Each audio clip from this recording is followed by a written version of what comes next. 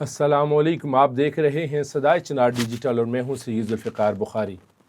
آزاد کشمیر کی سیاست میں اس وقت عوامی ایکشن کمیٹی کو بنیادی کردار حاصل ہے۔ خبروں میں ہو بات یا تجزیوں میں ہر طرف عوامی ایکشن کمیٹی کا چرچا ہے۔ اگر ہم سیاستدانوں کی بات کریں یا حکمرانوں کی تو وہاں پہ بھی عوامی ایکشن کمیٹی ہی موضوع بحث بنی ہوئی ہے۔ اور تازہ ترین ڈیولپمنٹس جو ہمیں نظر آئی ہیں کہ ابھی وفاقی حکومت سے 2000 پولیس فورس کو بھی آزاد کشمیر میں تعینات کرنے کا فیصلہ کر لیا گیا ہے۔ آج ہمارے ساتھ اعجاز ابائی صاحب موجود ہیں۔ اعجاز ابائی صاحب، عوامی ایکشن کمیٹی اور حکومت کے درمیان مذاکرات کے امکانات کے حوالے سے بھی آپ سے بات کرنی ہے، لیکن ساتھ ساتھ یہ جو ڈپلائمنٹ وفاقی جو پولیس ہے جو کہتے ہیں 2000 وہ بھی ہم نے تعینات کرنے ہیں، تو کیا یہ معاملات تناؤ کی طرف جا رہی ہیں یا سلجھاؤ کی طرف؟ بہت شکریہ بخاری صاحب۔ بظاہر تو صورتحال ظاہر ہے تشویشناک کی لگتی ہے، اور 29 ستمبر کا دن بدن قریب آ رہا ہے، اور ابھی تک تو بظاہر ہمیں کنکریٹ بنیادوں پر اس طرح کو پیش رفت نظر نہیں آ رہی جس سے ہم لوگ توقع کریں کہ 29 سے پہلے عوامی ایکشن کمیٹی اور حکومت یا سیاسی پارٹیوں کے درمیان یہ جو مطالبات کی بات ہے اس میں کوئی بیٹھ کر مذاکرات کی میز سجے گی یا بات۔ ویسے پچھلے دنوں چند دن پہلے کوئی اس طرح کی اطلاعات ضرور آئی تھیں، اس کی دو ٹوک اور واضح الفاظ میں تردید کی ہے جموں کشمیر جوائنٹ عوامی ایکشن کمیٹی نے۔ لیکن آپ کو پتہ ہے ظاہر ہے مذاکرات تو تبھی ہوں گے جب وہ نظر آئیں گے، دونوں طرف سے فریقین بیٹھیں گے اور ان کی ٹیمیں بیٹھیں گی اور کہیں کوئی پیش رفت نظر آئے گی۔ تو ویسے تو مل ملاقاتوں کو آپ مذاکرات نہیں کہہ سکتے، ہو سکتا ہے کسی سٹیج کے اوپر ان کی مل ملاقاتیں ہوئی ہوں، لیکن اس کو آپ مذاکرات کا نام درجہ یا اس طرح کے نہیں دے سکتے۔ لیکن دوسری طرف بھی اب ہم دیکھتے ہیں کہ ایک واضح نوٹیفکیشن سامنے آیا اور آزاد کشمیر میں اسلام آباد پولیس کی 2000 نفری کو تعینات کرنے کے لیے یہاں کوئی خط لکھا گیا ہے اور اس کے لیے تیاریاں کی جا رہی ہیں۔ اس میں کوئی 7-8 ڈی ایس پی لیول کے، 2 ایس پی لیول کے افسران ہیں، اور ملا جلا کر 2000 نفری ہے جو آزاد کشمیر بھیجی جا رہی ہے۔ اور ڈیفینیٹلی یہ اسلام آباد پولیس ایز خود آزاد کشمیر کی طرف کوئی چیز موومنٹ نہیں کر سکتی۔ یہ آزاد کشمیر کی حکومت نے خط لکھا ہوگا، اگرچہ حکومت آزاد کشمیر ابھی طرح اس طرح کی وضاحت نہیں کی، لیکن میڈیا نے زور دے کر یہ بات کہی ہے کہ آزاد کشمیر حکومت کی طرف سے ریکویسٹ ہی بھجوائی گئی ہے جس کے اوپر اسلام آباد میں یہ سرگرمیاں ہیں اور آزاد کشمیر پولیس فورس۔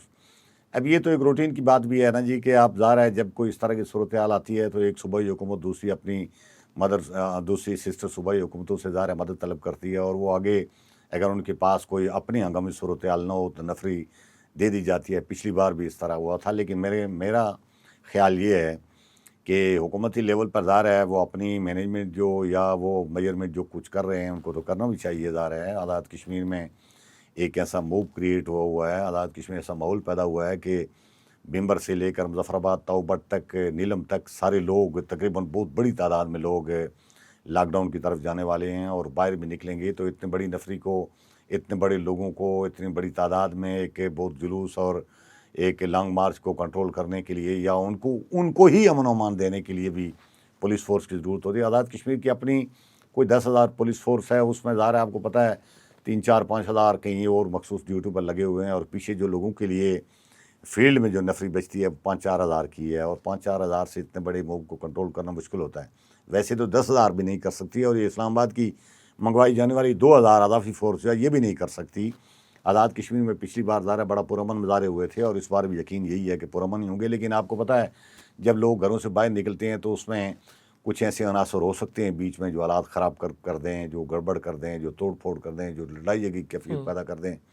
تو اس سے خطرے کے پیش نظر حکومت آزاد کشمیر نے میرے خیال میں یہ ریکویسٹ بھجوائی ہے حکومت پاکستان اسلام آباد کی پولیس کو، بالخصوص وزارت داخلہ کو، اور انہوں نے یہاں مرکز سے پولیس آئے گی۔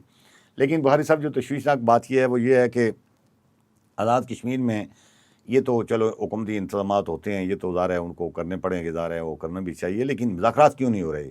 مذاکرات ہونے چاہیے نا۔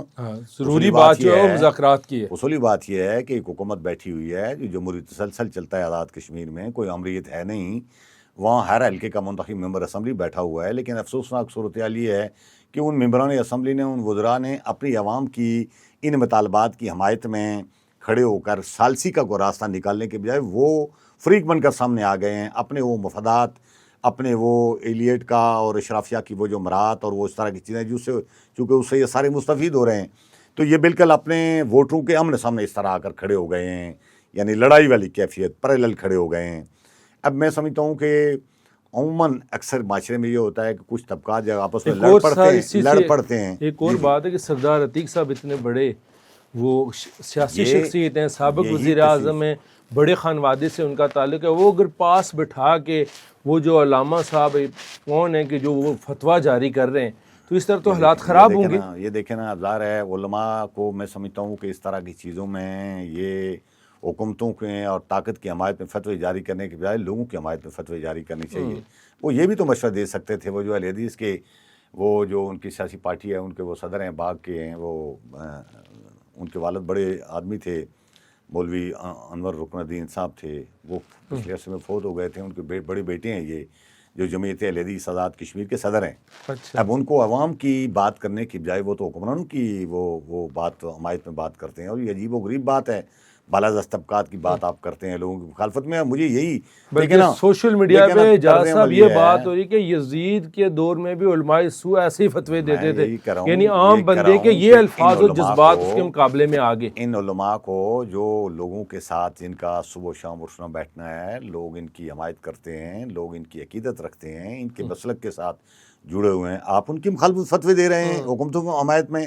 حکومتیں تو آنی جانی چیزیں ظاہر ہے، اور اپنی کریڈیبلٹی لوز سسٹم اور عوام تو مستقل رہیں گا، کریڈیبلٹی خراب کر رہے ہیں۔ اور میں حیران اس لیے ہوں کہ یہ علماء ہمارے ہوئے، یہ ہماری سیاسی لیڈرشپ ہوئی، ہمارے جو دانشور طبقہ ہوا، انہوں نے اس تحریک کے اندر ایسا رول پلے کرنا شروع کر دیا ہے کہ کوئی متنازع ہو کر بریکٹ ہو گئے ہیں عوامی ایکشن کمیٹی کے ساتھ، کوئی متنازع ہو کر بریکٹ ہو گئے ہیں حکومت اور سیاسی پارٹیوں کے ساتھ۔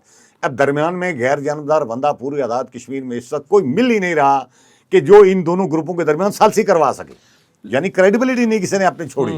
آج میں وہ ظفر آباد پریس کلب والوں کو دیکھ رہا تھا، وہ اس کے صدر نے میرے خیال میں ایک بڑی اچھی، صدر نہیں ہے وہ، ان کے شاید سیکریٹری جنرل ہیں یا پریس کلب، انہوں نے کہا تھا جی کہ اب چونکہ آزاد کشمیر میں سارے طبقات متنازع ہو گئے ہیں، ثالثی کے لیے کوئی نہیں بچا، تو جو بار کونسل ہے آزاد کے، بار ایسوسیشن ہے سینٹرل ظفر آباد کی، وہ اور سینٹرل پریس کلب ظفر آباد میڈیٹر کا رول پلے کرے، وہ ثالثی کے پلیٹ فارم سجائے اور ان دونوں گروپوں کو بٹھائے۔ میں سمجھتا ہوں اچھی تجویز ہے، لیکن اس کو تھوڑا بڑھا کر یہ کہا جائے کہ Azad Kashmir high court bar اور آزاد کشمیر کی سپریم کورٹ بار، وہ اور صحافیوں کی جو ظاہر ہے اس طرح کی ہے، اگر ان کے اندر ظاہر ہے کوئی تھوڑا سا وہ میں سمجھتا ہوں پیش رفت کرنے کی کوشش کریں تو ان گروپوں کو مذاکرات میں، لیکن آپ کو پتہ ہے حکومتوں کے پاس طاقت ہوتی ہے، وہ یعنی قرآن کا فلسفہ یہ ہے کہ یعنی مسلمانوں کا شیوا ہے کہ آپ دشمن کے مقابلے میں سخت دل ہوں گے اور اپنوں کے مقابلے میں نرم دل ہوں گے، لیکن یہاں ہمیں عجیب و غریب طرز عمل دیکھ رہے ہیں، رحماء بینہم کے بجائے اپنے لوگوں کے خلاف سخت دل اور پرائے لوگوں کی حمایت میں نرم دل، یہ مجھے عجیب و غریب لگتا ہے۔ اور جب صورتحال یہ پیدا ویسے سارے تناظر میں یہ دیکھوں تو وزیر اعظم چودھری انوار الحق صاحب وہ بڑے کیلکولیٹڈ اور کمپوزڈ گفتگو کر رہے ہیں، اگر دیکھا جائے تو یعنی وہ سردار عتیق صاحب جیسے قد کاٹ کا آدمی اگر اس طرح کے فتویٰ بازی میں بیٹھ کے کریں گے تو ان کا اپنا قد خراب ہوا ہے۔ انوار الحق بہت ہی سیانے سیاسی کارکن ہیں، اگرچہ پولیٹیکل پاور ان کے پاس اس طرح کی نہیں ہے، چونکہ بڑی سیاسی پارٹی ان کے پاس کوئی نہیں تھی، ظاہر ہے وہ پارٹی کے صدر نہیں رہے یا اس طرح کے ایکٹیوسٹ، لیکن پولیٹیکل وین کے لحاظ سے بہت ہی سیانے آدمی، اس میں کوئی دو رائے نہیں ہے۔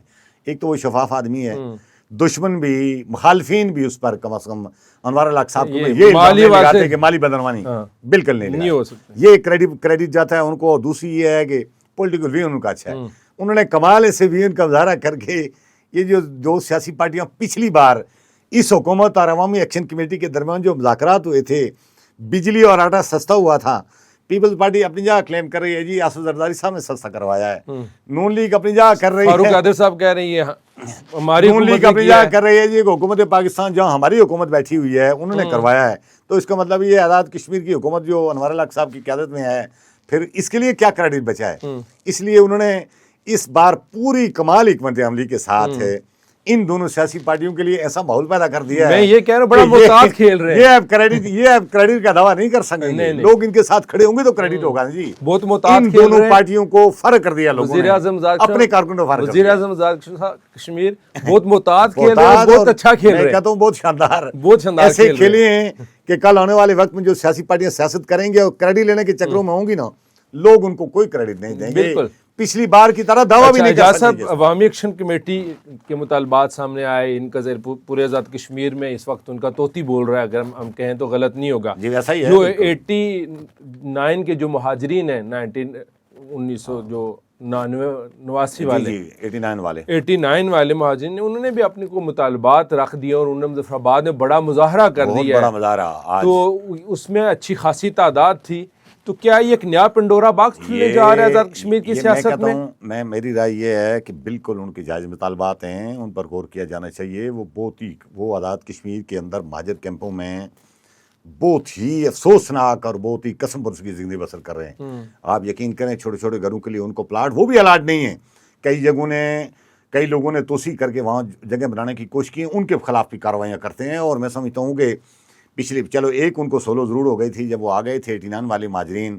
تو یہ جو پہلے والے مہاجرین تھے یعنی 47 کے بعد کے آج تک کے, ان کا جو 25% کوٹا تھا ملازمتوں میں وہ کاٹ کر انہوں نے ان میں سے 6% کاٹ کر ان کا حوالے ضرور کیا تھا. لیکن باقی ابھی تک بالکل ان کی کوئی آباد کاری, ان کی کوئی ڈومیسائل. آج مظفرآباد میں پچھلے دنوں سے انہوں نے کافی مطالبات اٹھائے ہوئے تھے, اور جس دن سے آزاد کشمیر ہائی کورٹ نے کوٹا سسٹم ختم کیا اس کے بعد ان کی اس تحریک میں جان آئی ہے. اور آج سینکڑوں کی تعداد میں بلکہ ہزاروں کی تعداد میں مظفرآباد میں انہوں نے بہت بڑا ایک مظاہرہ کیا ہے, اور حکومت آزاد کشمیر کو 15 اکتوبر کی ڈیڈ لائن دی ہے. اچھا ایک بہت شانہ کام انہوں نے کیا ہے کہ 29 ستمبر سے پہلے کی کوئی بات نہیں کی انہوں نے. ان کو پتہ ہے کہ یہ جو تحریک چل رہی ہے ہم اس کے درمیان میں نہیں آتے, مداخلت بھی نہیں کرتے. یہ اگر کامیاب ہوگی تو ہمارے لیے بھی فائدہ ہے, تو یہ کامیاب ڈیفینیٹلی ہوگی ساری. انہوں نے اس تحریک کا ٹائم سپیس چھوڑ کر 15 تاریخ کی 6 مطالبات ان کے ہیں جی. ایک تو وہ کہتے ہیں ہمارا گزارا الاؤنس. افسوسناک بات یہ ہے بخاری صاحب, 3500 روپیہ فی کس کے حساب سے ان کو اس وقت گزارا مل رہا ہے. گزارا الاؤنس یہ 3500 روپے کوئی رقم ہے؟ صحیح بات. یہ شرمندگی ہے ہوتی ہے خدا کے قسم کے نام لے کر. انہوں نے مطالبہ کیا ہے کہ فی کس 5000 روپے دے دیں. 5000 روپے کوئی زیادہ چیز نہیں ہے. اچھا باقی ڈومیسائل ان کا ہے جی کہ ہمارے پاس ڈومیسائل نہیں ہے, ظاہر بابا ڈاکومنٹس نہیں ہیں تو آپ چاری کیسے شمار ہوں گے. بالکل ماجر کارڈ کے لیے انہوں نے کہا جی کہ ماجر کارڈ ڈیفینیٹلی ان کو شناخت کے لیے ماجر کارڈ چاہیے, اور اسی بنیاد پر مظاہرہ کریں گے. اسمبلی میں نمائندگی کا مطالبہ کرتے ہیں. اب اس وقت آزاد کشمیر میں ان کی تعداد کو 40-45 ہزار 48 ہزار کے قریب ہے. تو میں کہتا ہوں یہ مطالبہ پورا کرنے کے لیے جتنے مہاجر کیمپ ہیں آزاد کشمیر میں ان سب کو ایک ہلکا انتخاب شمار کر کے ایک سیٹ دے دیں تو کوئی حرج والی بات نہیں ہے. ان کا رائٹ بنتا ہے تاکہ ان کے, اور پھر یہ جو ہماری ہائی کورٹ نے 6% ان کا کوٹا ختم کیا تھا, کوٹے سارے ختم کر دیے ہیں, اس کی بحالی کا وہ مطالبہ کرتے ہیں. ویسے آزاد کشمیر کی آبادی کو گنوائیں, اور کتنے کوئی نہیں ہے, بس یہی ہے. آزاد کشمیر کی آبادی کو گنوائیں تو ان کا کوٹا 1 یا 2% بنتا ہے, 6 نہیں بنتا. لیکن ان کی دلجوئی کے لیے میں کہتا ہوں 6% کوٹا ہی اگر ان کو دے دیا جائے, بال نہیں ہوتا, ترجیح بنیادوں پر ان کو لوگوں کو ملازمت دی جائے تاکہ ان کے مسائل کم ہوں, ان کے مطالبات جائز ہیں اور لوگوں کو حمایت کرنی چاہیے ان کی. جی ناظرین, آج کے اس پروگرام میں عوامی ایکشن کمیٹی اور 89 کے جو مہاجرین ہیں ان کے مسائل, عوامی ایکشن کمیٹی آگے کیا ہوگا آزاد کشمیر کی سیاست میں, اس پہ بات ہوئی. اگلے پروگرام کے لیے اجازت دیجیے. اللہ نگہبان.